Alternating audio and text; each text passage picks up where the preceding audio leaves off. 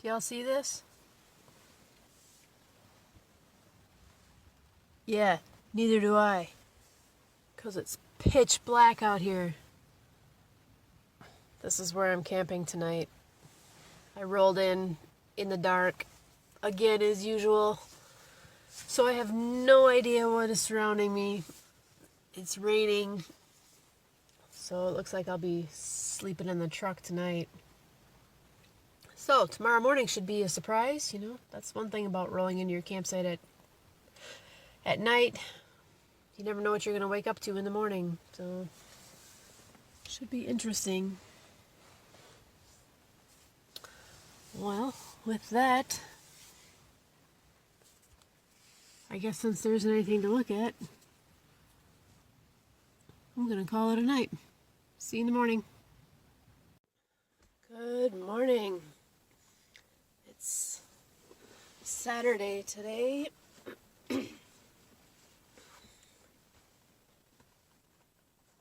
Slept in the truck last night because I got to this campsite. I think it was about 8 o'clock and it was pitch black. No idea what was around me. I couldn't see anything. This isn't originally where I was going to camp, but the spot that I had picked out for last night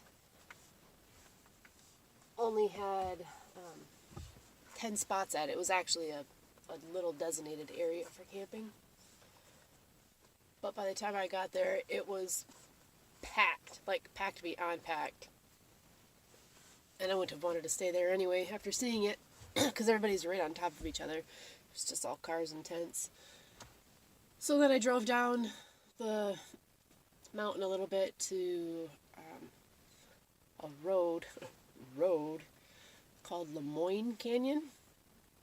And I knew it was going to be rough because you have this backcountry map that you get at the ranger station when you enter the park, and it shows all the roads and which ones you can and can't camp on in the backcountry, and then it gives a little description of them. And for Lemoyne Canyon, it said that you have to have 4-wheel drive. It's very rutted, crossing numerous gullies, and the old road up the canyon is closed beyond the 4-mile point. And supposedly it's a very rarely visited canyon in the southern Cottonwood Mountains. And now I know why. Yeah, it was rough. Like, it's the worst road I've been on so far in the park. You had to cross a bunch of gullies as soon as you turned off the real road, the paved road. So I made it across the gullies all right, and then it was this crazy turn, and you're at an angle like this, and you go down, and you turn again, and I managed to squeeze through that, and then I couldn't even tell where the hell the road was. It was just like a big washed out rocky area. I got out and looked with the flashlight, walked I don't know, 20 feet each direction trying to figure out which way the road was. Could not figure it out. It was only maybe, 500 feet off of the paved road at that point, and the rules in the park here for backcountry camping is you have to go at least a mile off of any paved road or day use area before you can camp. And it was nowhere near a mile off the road yet. And there was one other truck that had made its way in there. It was a truck camper. It had a camper in the bed of the truck. And they pulled over before that twisty angle little turn thing to get down in the gully. I guess I guess they saw that and said, "Fuck this, close enough." I don't blame them, but so I didn't really feel safe staying there because I don't know, the weather had been really weird all day yesterday. It was kind of raining and snowing on and off, and that's not a place I wanted to be if it decided to really rain, because it was already pretty washed out, so obviously the water comes through there.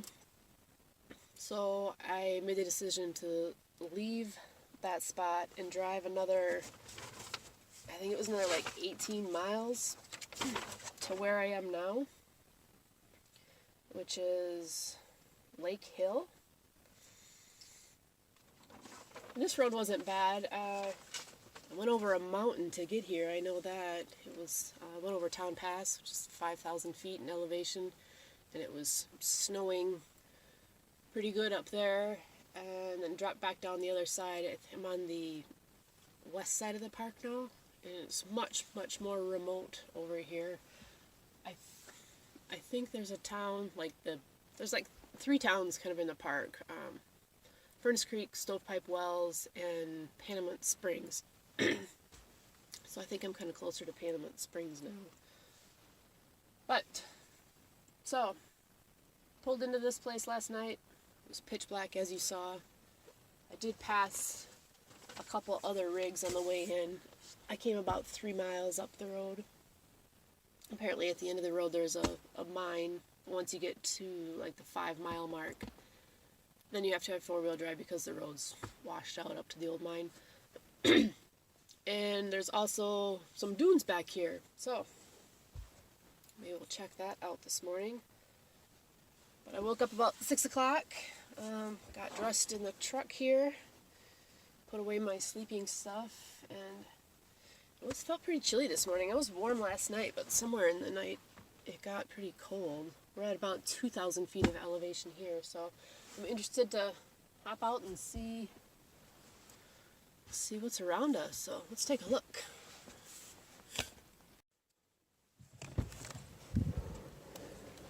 Oh, that's bright. It's about 7 o'clock now. See the sun coming up over the mountains here. Oh gosh. Well, it did get cold last night. There's frost on the bed of the truck. Oh, look at this. Ooh.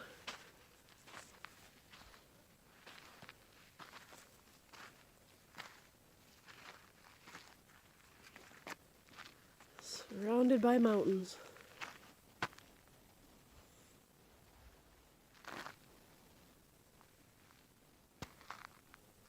I see snow up on the peaks there.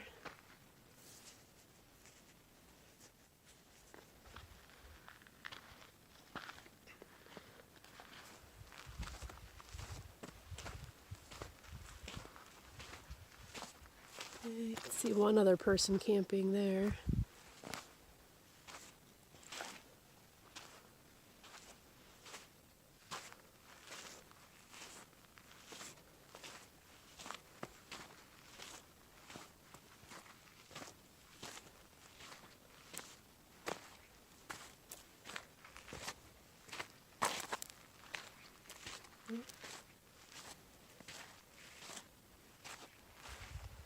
There's me, all by my lonesome out here. This was a great spot to camp. So I guess I'm actually glad that other one didn't work out.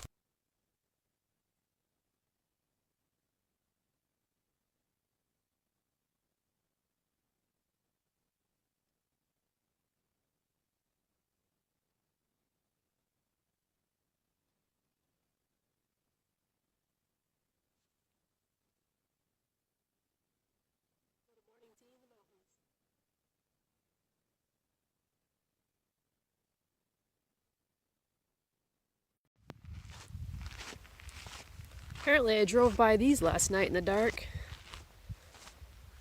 Just spotted them on the way back out of the valley here.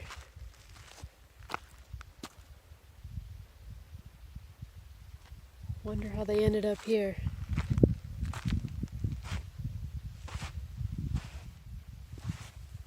They are shot up.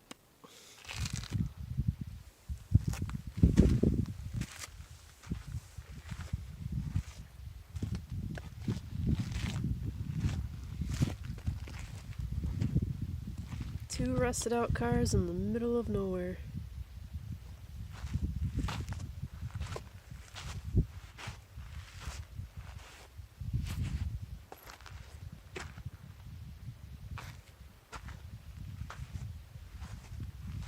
It looks like some point, someone cut the roof off of this one. I don't know if that was before or after it ended up here. Maybe they wanted a convertible to cruise the desert.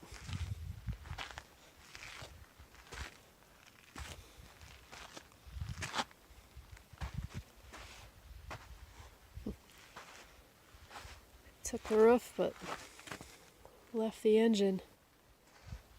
Or what's left of it anyway.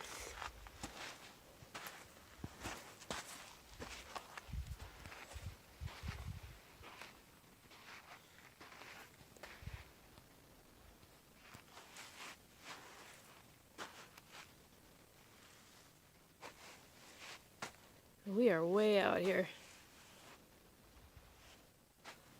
The west side of the park. Back there is where I camped last night.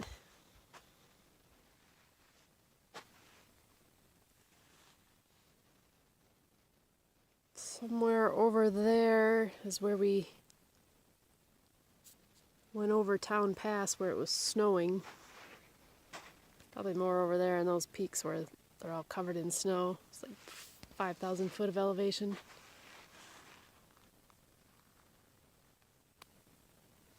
And over there is the town of Panamint Springs.